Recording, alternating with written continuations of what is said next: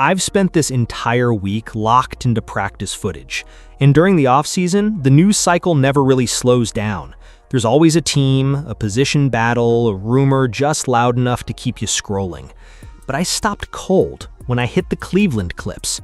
Not the noise around Watson's situation, which has been draining and monotonous for months now. Not the Gabriel trade speculation that seems to resurface every few days like clockwork. Something entirely different pulled me in. Something quieter and more precise than any of that surface-level conversation. What I was watching on that practice field were rookies competing for roster spots on a team being assembled with genuine architectural intention.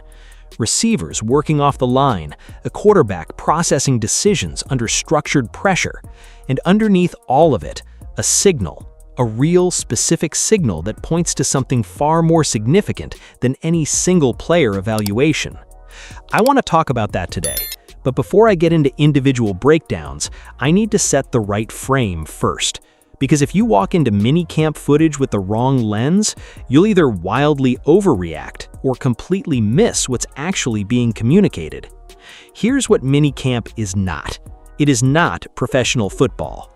There's no live pass rush collapsing the pocket, no first-team defense creating the kind of authentic pressure that changes how a receiver battles off the line, or how a quarterback's brain processes coverage in real time. Nobody is getting hit. Nobody is genuinely afraid of the consequences of a wrong read. What minicamp actually is a structured assessment environment. And within that environment, a more limited but genuinely meaningful set of data becomes available to anyone watching carefully. You're looking at athleticism, movement quality, route architecture, release mechanics, and possibly most importantly, you're looking at which players arrived at their first professional evaluation having already completed months of private preparation work versus which players showed up expecting their raw talent alone to carry them through. That last distinction is the one that serious organizations pay the most attention to, and it's the one that most coverage completely skips past. In this kind of controlled setting, drawing sweeping conclusions about NFL readiness is always premature. But if you're tracking the right things, actual information is absolutely available. Physical preparedness, positional ceiling, signs of preparation that go far deeper than athletic instinct. And based on what came out of Cleveland this week, there was plenty to work with. So let's start where the conversation deserves to start. Let's start with Denzel Boston, and let's give this more than a passing mention because it deserves real room. The physical profile hits you immediately. Long, large. He fills the outside receiver position in a way that Cleveland genuinely hasn't had for a long time, and that absence has quietly but seriously damaged this offense's ceiling for years. When you don't have a boundary receiver who can physically impose himself on coverage, everything downstream gets harder. The quarterback has fewer true outside options. Defensive coordinators can afford to roll resources toward the middle of the formation because the perimeter isn't a real threat. The entire offensive architecture gets compressed in ways that are difficult to overcome, no matter how talented the skill players elsewhere might be. Boston, at first glance, changes that equation. And it's not hard to see why the Josh Gordon comparison went viral almost immediately after the first clips surfaced. Gordon, at his peak, was a boundary weapon with the rare ability to physically erase a defensive back's position and establish himself as a genuine red zone presence, the kind of target that pulls real coverage attention, not the soft shade you get when defenses decide a receiver isn't actually a threat and focus their resources somewhere more dangerous. Now, I want to be careful about how far that comparison stretches. At his absolute best, Gordon was approaching generational territory at that position. No new player should walk into an NFL facility and be measured against that particular standard. It's not fair, and it's not analytically honest. But the comparison exists for a reason. It's based on a legitimate structural observation. In this specific receiving room, on this specific roster, Boston's physical profile addresses a real and enduring void. That's not wishful thinking. That's accurate accounting. And the accounting matters because it tells you something important about why Cleveland made this particular acquisition in this particular offseason. But here's the part of the Boston evaluation that I keep returning to, because the physical description, as accurate as it is not actually the real story. The real story is what those early practice sessions revealed about his technical foundation, and it's the part that most coverage collapses into one sentence when it deserves an entirely different conversation. In those drills, Boston was not winning on athleticism alone. That's the first thing worth establishing clearly. His technique is still early in its professional development. That's expected and honest, but he wasn't simply using his size to physically overpower defensive backs the way a raw, instinct-driven prospect might. What he was doing was something more sophisticated. He was using his release stems, the initial movements off the line of scrimmage, to deliberately set defenders' alignment tendencies before making his actual breaks. That means before the route even reaches its critical decision point, he was already influencing how the coverage was positioned. He was exhibiting pre-snap and in-route processing that separates receivers who truly understand the requirements of this position from athletic profiles who are still learning what those requirements even are. Route sophistication at that level doesn't appear out of nowhere. It is not installed during 3 days of walkthrough sessions while coaches are still learning players' names. That kind of technical refinement is the product of months of focused, solitary work, empty gyms, private sessions, endless repetition in environments where nobody is watching, nobody is filming, and nobody is rewarding the effort in real time. It gets built in the spaces between evaluation moments, not during them. Boston had already completed that work before he ever set foot in Cleveland. You could see it immediately in the way he moved. And for a team that has been structurally starved at boundary receiver for years, that is not a minor detail. That is the most important thing that came out of his minicamp performance, more important than the size, more important than the Gordon comparison, more important than any single highlight play. Because what it tells you is that this is a player who understood what this opportunity required and went and prepared for it privately and seriously before anyone was paying attention. That kind of self-directed preparation is genuinely rare, and it is exactly the kind of trait that organizations building something real learn to identify and commit resources to. The implications for Shedeur Sanders specifically are significant and worth sitting with for a moment. The most persistent structural problem this offense has is the absence of a boundary receiver who consistently wins on the outside, a target who can attack tight windows and force defensive coordinators to actually commit real coverage resources to the perimeter, rather than loading up toward the middle of the field where Shedeur has shown the most comfort and accuracy. If Boston's minicamp performance is a genuine reflection of his developmental trajectory and not just a promising week under low pressure, the combination of Shedeur's documented accuracy, his willingness to throw into contested windows, and Boston's size paired with legitimate route intelligence creates a problem for defensive coordinators that Cleveland has not been able to generate in a very long time. That's the real headline from this evaluation, not the Gordon comparison, not the physical profile, the intelligence behind the movement. But that's one side of the Cleveland receiver story. The honest version requires looking at the other side too. The comfortable version and the honest version of this evaluation are two completely different conversations, and I'm only interested in the honest one. There was a drops issue with Concepcion during these sessions. I won't soften that. I won't use the minicamp context as a reason to minimize it, because drops in professional football are not simply negative statistical events that get washed away in the final box score. They carry weight that extends far beyond the individual play. Drops create lasting psychological friction between a quarterback and a receiver. That friction is subtle at first, almost invisible, but it accumulates. It influences play calling and pressure moments. It shapes the specific operational trust that a quarterback needs to throw to a target when the game is genuinely on the line, the coverage is tight, the window is small, and the completion requires absolute conviction in where the ball is going and who is going to catch it. That trust erodes slowly when drops are present, and rebuilding it takes time and consistent performance under real competitive pressure. Concepcion's hands need to improve significantly. That is the central developmental challenge his coaches are facing right now. Saying anything less than that directly would be a disservice to everyone involved, to Concepcion, to the evaluation, and to anyone watching who deserves honest analysis.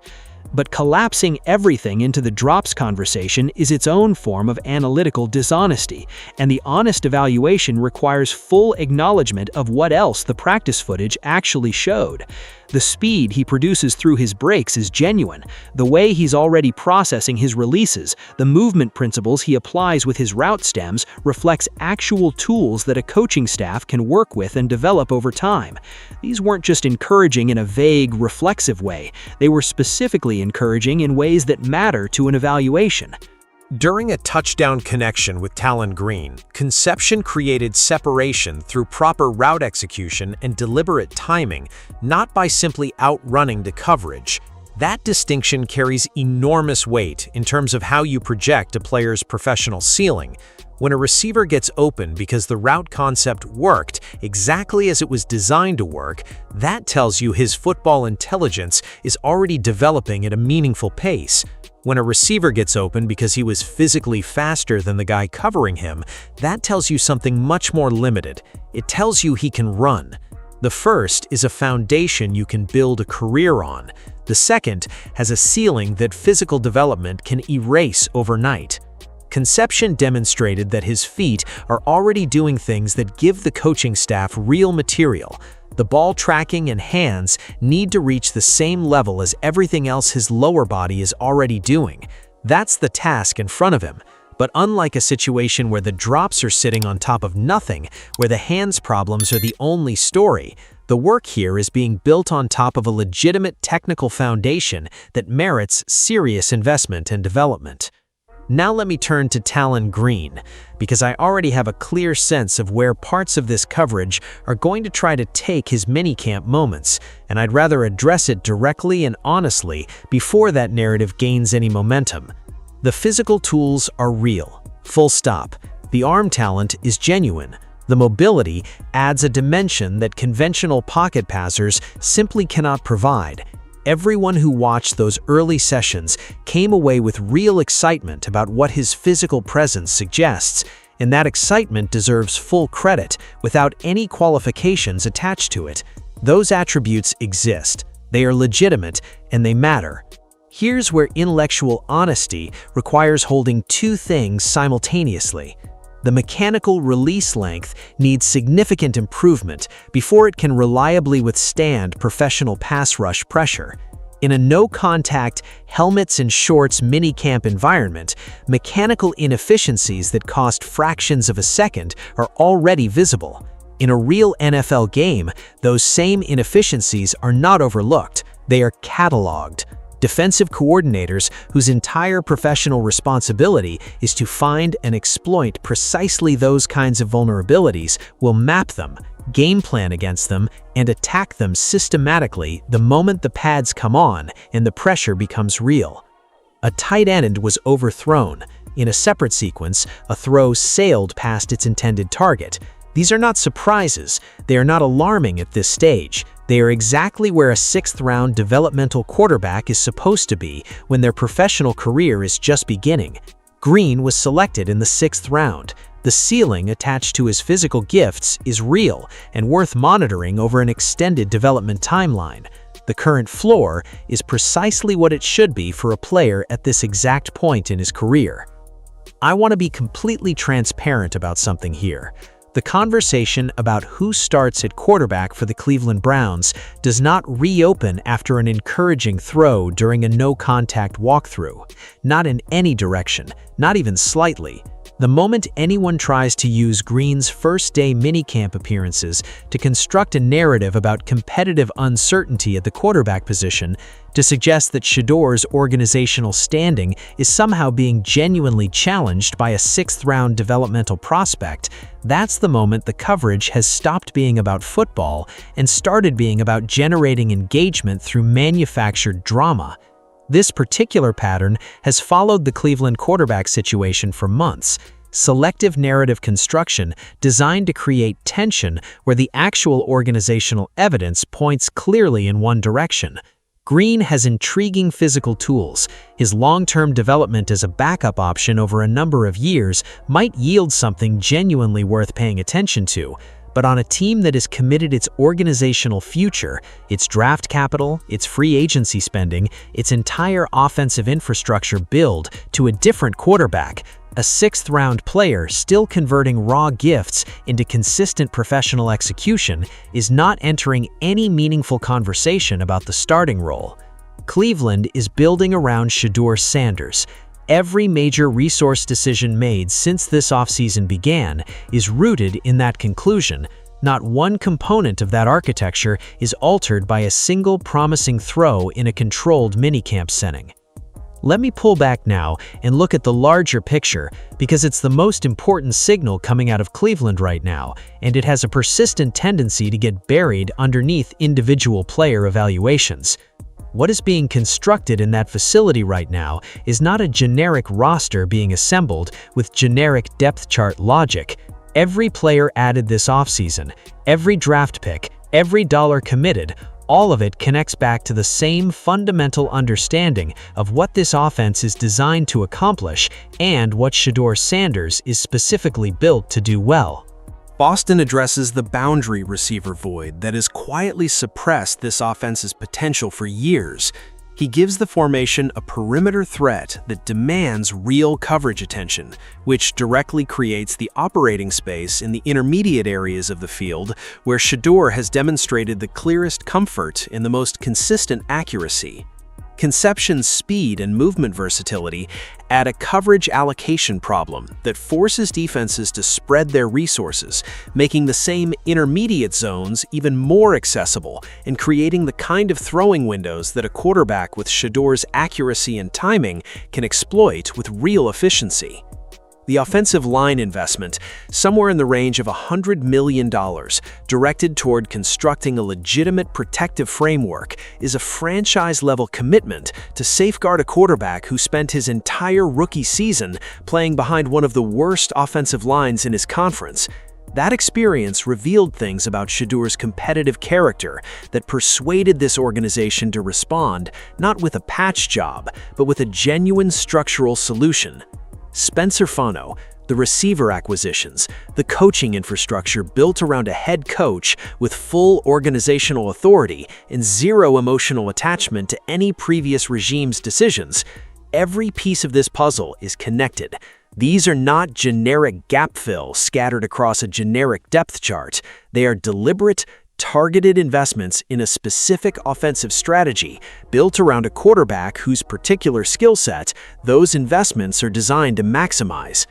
From the inside, intentional organizational building looks exactly like this, and the culture being actively shaped inside that facility may be the most genuinely encouraging element of everything coming out of Cleveland right now.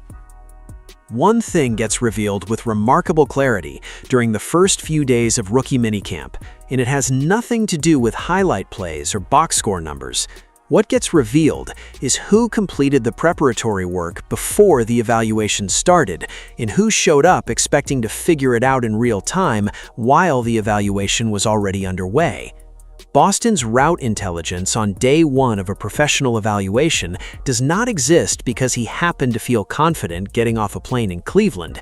It exists because before this minicamp, before any cameras were present, before any coaches were watching, he was working alone in empty gyms and on empty practice fields for months, driven entirely by his own understanding of what this opportunity demanded and what it would cost him if he arrived unprepared. The same story runs underneath Concepcion's movement sophistication. Before his first professional evaluation, these players treated the entire offseason as preparation time, not downtime. They saw the opportunity for what it was and responded accordingly. Anyone who has spent real time around football organizations knows the difference between those two groups immediately. The players who came prepared and the players who came hoping instinct would carry them. That distinction matters enormously to organizations that are genuinely constructing something, because the players who show up with their work already completed are the players who compete for actual roster spots. The players who came hoping instinct would carry them, fill practice squad counts, and then disappear. The players competing for the 45th through 53rd spots on this roster are committed enough to those spots that they arrived on the first day of minicamp already polished. Every practice session creates genuine evaluation pressure at every position on the depth chart.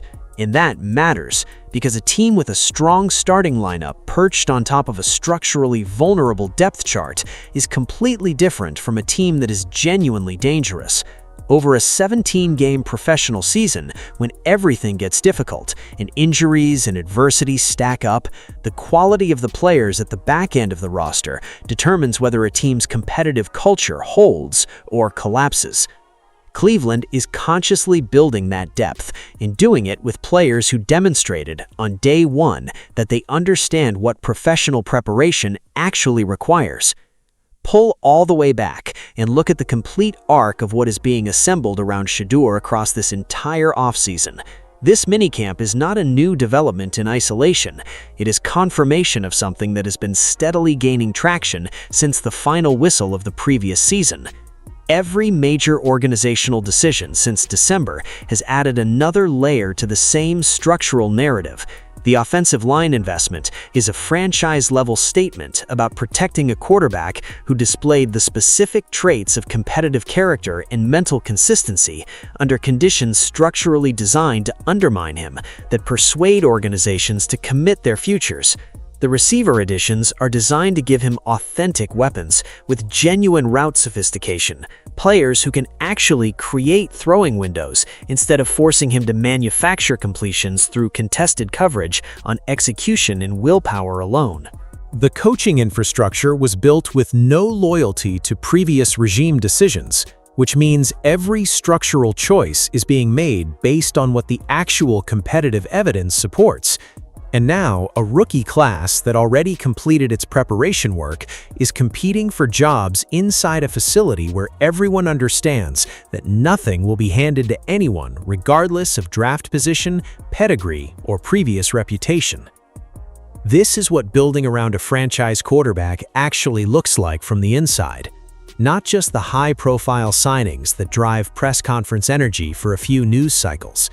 Not the manufactured optimism that gets attached to every new face simply because the organization invested money to bring them in, but the methodical, repetitive work of creating genuine competitive depth at every position. Building a team where the players competing for the last spots on the roster are serious enough about earning those spots that they show up ready on day one. One practice rep at a time, one session at a time, one position group at a time.